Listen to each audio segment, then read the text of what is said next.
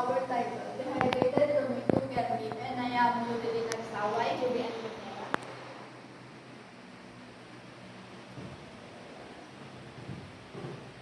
Situational analysis.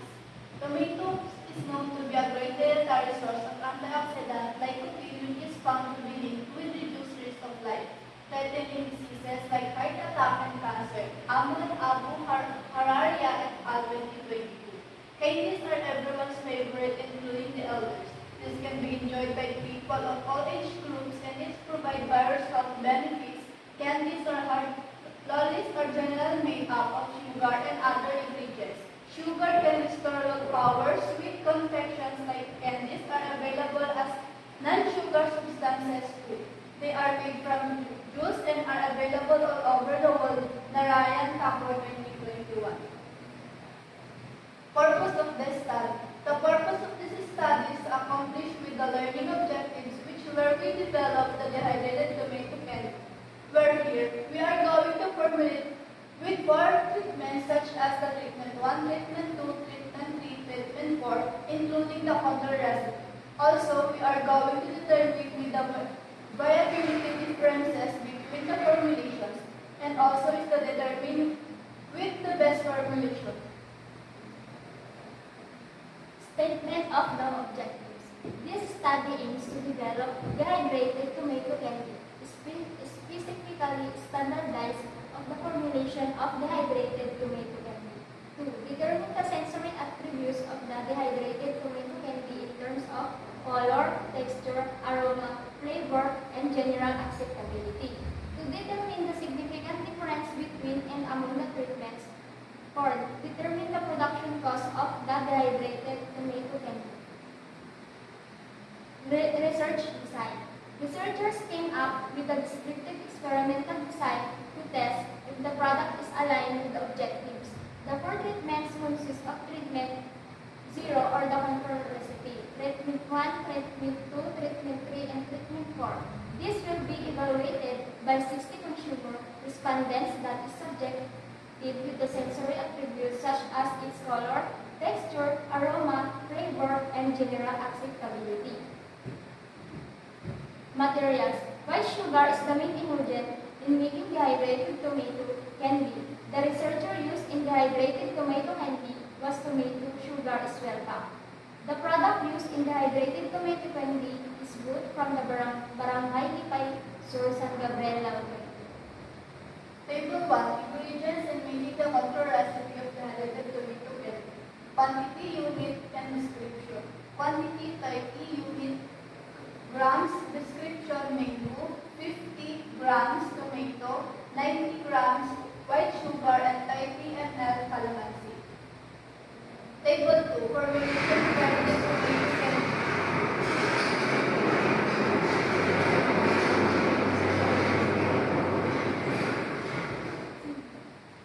Ingredients. Tomato, treatment 0 or control recipe, treatment 1, treatment 2, treatment 3, treatment 4.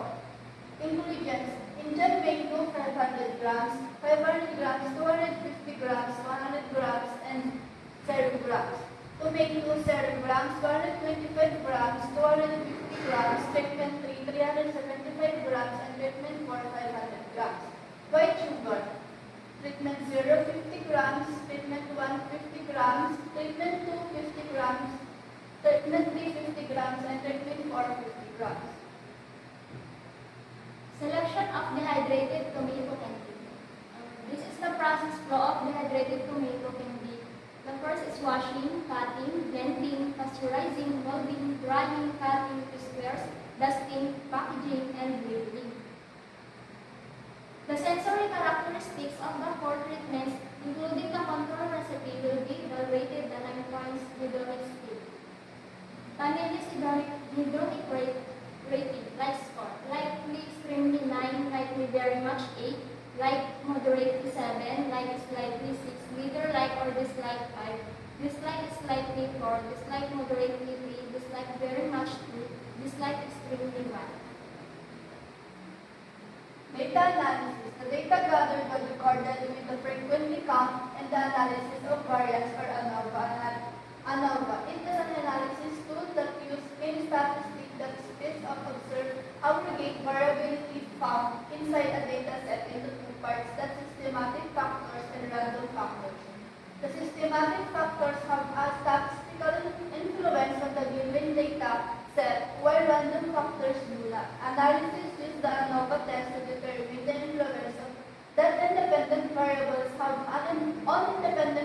variables in the regression study, Kenton 2020. The researcher used the ANOVA to determine the for treatment if there will be significant difference. Respondents. Dehydrated candy tomato to be evaluated by 60, where respondents evaluated the different treatments in the terms of appearance, color, aroma, texture, flavor, and general acceptability. Results and discussions. Standardization of the process in dehydrated tomato candy. The process of dehydrated tomato candy is written in Chapter 2 Methodology under Research Design, in which mention the materials, procedures, and process of making dehydrated tomato candy. The dehydrated tomato candy has 4 different treatments made up the same ingredients in various percentage of dehydrated tomato candy. Control recipe and treatment 1, 2, and 3. The treatments was composed of the following formulations. Control recipe: 500 grams of Indian mango plus other ingredients. Treatment 1: 500 grams of Indian mango plus 125 grams of tomato plus other ingredients. Treatment 3: 1000 grams of Indian mango plus 375 grams of tomato plus other ingredients. And treatment 4: 0 grams of Indian mango plus 500 grams of tomato and plus other ingredients. Determining of sensory qualities of the dehydrated tomato candy. To determine the sensory qualities of dehydrated tomato candy, a sensory evaluation was given to 60 consumer panelists, media, and food that are composed 50 students because they are eligible of evaluating the product and has the ability to determine the product. The students were chosen because of their good judgment, and then 10 panelists and because they are accountable in the judgment. Examine the different treatments. Table 4. Sensory evaluation in dehydrated tomato candy and color. ANOVA. Source of variation. As between groups 92.85, 390.95, 41.24, 0.83 E minus 21, F critical 2.64. Within groups 177.18, 236, 0.75, 0565, total 269.98 and 289. Table 6. Significant difference between and among the dehydrated tomato candy treatments in terms of texture. ANOVA. Source of variation. Between groups 69.65, 21,528, 18.70, 6.47, minus 11, 2.64. Within groups 293.2, 236, 1.24,100, 241,596. The total is 362.66, 239. Table 7. First test between the 40 dehydrated tomato candy treatments in terms of texture. Top HSD. Dependent variable treatments mean difference in texture. Treatment 1. Treatment 2, 0.023, 0.998. Treatment 3, 0.933, 0.000. Treatment 4, 1.200, 0.000. Treatment 2, treatment 1, 0.033, 0.998. Treatment 3, 0.900, 0.000. Treatment 4, 1.167, 0.000. Treatment 3, treatment 1, 0.033, 0.00. Treatment 2, 0.900, 0.00. Treatment 4, 0.267, 0.558. Treatment 4, treatment 1, 1.200, 0.00. Treatment 2, minus negative 1.267, 0.00. Treatment 3, negative 0.267, 0.558. The mean difference is significant at the 0.05 level. Table 8.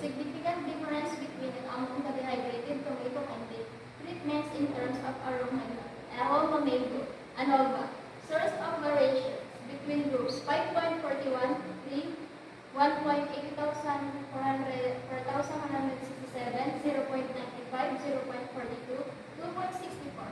Within groups, 447.98, 236, 1.89,800, 89,898,234. The total is 453.48 to 39. Table 9. Significant differences between and among the dehydrated tomato candy treatments in terms of aroma or tomato. ANOVA, source of variations. Between groups, 83.21, 327,375, 24.18, 1.12 minus 13, 2.64. Within groups, 270.75, 236, 1.147, 246, total 353.96, 239. Table 10. Let's focus between the four dehydrated tomato candy treatments in terms of tomato aroma, OPHS, dependent variable, treatments, new difference, and tomato aroma. Treatment 1, treatment 2, 0.067, 0.986, treatment 3, 0.983 plus 0.000, treatment 4, 1.383 plus 0.000, treatment 2, treatment 1, 0 minus 0.067, 0.986, treatment 3, 0.917 plus 0.000, treatment 4, 1.317 plus 0.000, treatment 3, treatment 1, minus 0.983 plus 0.000, treatment 2, minus 0.917 plus 0.000, treatment 4, 0.400 plus 0.175. The treatment 4 is treatment 1 minus 1.383 plus 0.000, treatment 2 minus 1.317 plus 0.000, treatment 3 minus 0.400 plus 0.175. The mean difference is significant at the 0.05 level. Table 11. Significant differences between and among the dehydrated tomato candy treatments in terms of flavor. ANOVA, source of variations. Between groups, 22.91, 375, 3.78, 0.01, 2.64. Within groups, 476.75, 236, 2.20127, total 499.66, 239. Table 12. Post-poll test between the four dehydrated tomato candy treatment in terms of mango flavor. TOKI HSD. Dependent variable treatments, mean treatment significance. Mango flavor. Treatment 1. Treatment 2, negative 0.250, 0.770. Treatment 3, negative 0.1, 0.130, 0.939. Treatment 4, negative 0.817, 0.010. Treatment 2, treatment 1, 0.130, 0.770. Treatment 3, 0.100, 0.981. Treatment 4, negative 0.567, 0.131. Treatment 3, treatment 1, 0.150, 0.939. Treatment 2, negative 0.100, negative 0.981. Treatment 4, negative 0.667, 0.032. Treatment 4, treatment 1, 0.817, 0.010. Treatment 2, 0.167, 0.131. Treatment 3, 0.667, 0.052. The mean difference is significant at the 0.35 level. Table 13. Significant difference between and among the dehydrated tomato candy treatments in terms of flavor tomato. ANOVA, source of variations. Between groups, 92.03, 30.76, 7,778, 28.67, 7.68, E, negative 16, 2.64. Within groups, 252.57, 236, 1.770, 128. The total is 344.60, 239. Table 14. Post-go test between the fourth dehydrated tomato candy treatments in terms of tomato flavor. Toki HSB, dependent variables, treatments, mean differences, significance. Tomato flavor. Treatment 1. Treatment 2, 0.200, 0.714. Treatment 3, 1.033, 0.00. Treatment 4, 1.517, 0.00. Treatment 2. Treatment 1, negative 0.200, 0.740. Treatment 3, 0.833, 0.000. Treatment 4, 1.317, 0.000. Treatment 3, treatment 1, negative 1.033, 0.000. Treatment 2, negative 0.833, 0.000. Treatment 4, 0.483, 0.054. Treatment 4, treatment 1, negative 1.517, 0.000. Treatment 2, negative 1.317, 0.000. Treatment 3, negative 0.483, 0.054. I mean, differences significant at the 0.05 level. Table 3.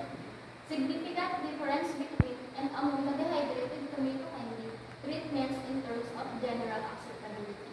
ANOVA source of variations between groups 63.77, B21.25556, 19.36 to 0.96, E negative 11, 2.64. Within groups 259.17, 236, 1.098, 264. The total is 322.93, 239. Table 16.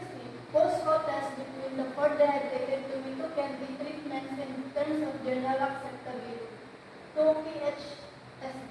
Dependent variables, treatments, mean differences, significant. General acceptability treatment 1. Treatment 2, 0.150, 0.862. Treatment 3, 0.667, 0.003.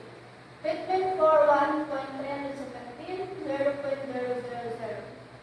Treatment 2, treatment 1, negative 0.150, 0.862. Treatment 3, 0.517, 0.37. Treatment 4, 1.167, 0.00. Treatment 3, treatment 1, negative 0.667, 0.003. Treatment 2, negative 0.517, 0.337. Treatment 4, 0.650, 0.004. Treatment 4, treatment 1, negative 1.317, 0.000. Treatment 2, negative 1.167, 0.000. Treatment 3, negative 0.650, 0.004. The main differences is significant at the 0.05 level. Summary, conclusions, and recommendations. Summary. The formulation of dehydrated tomato candy was processed and standardized through series of sensory evaluation. This study analyzed experimental design, which used dependent variable and independent variable treatment 1 to 4 were distributed to two groups. The expert panelists and the consumer panelists were ranking in determining the sensory qualities of dehydrated tomato candy in terms of appearance, color, aroma, texture, flavor, and general acceptability. Was then tallied and tabulated using the statistical tool. Subsequently, the researcher utilized comparative analysis to determine the best formulations.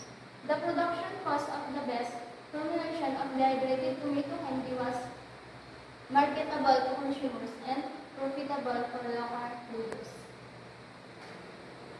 Conclusion. The result of the study shown that dehydrated tomato is sun-drying, the following conclusions are forwarded.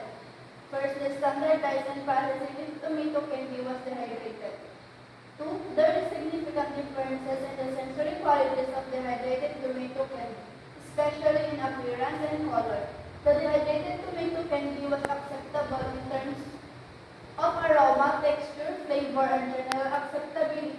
Dehydrated candy with 75% tomato was the most preferred. Recommendations.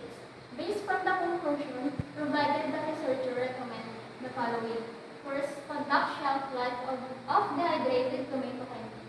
Second, conduct microbial analysis of dehydrated tomato candy. Lastly, conduct its chemical properties and nutritional value contents. That's all our presentation, and thank you so much.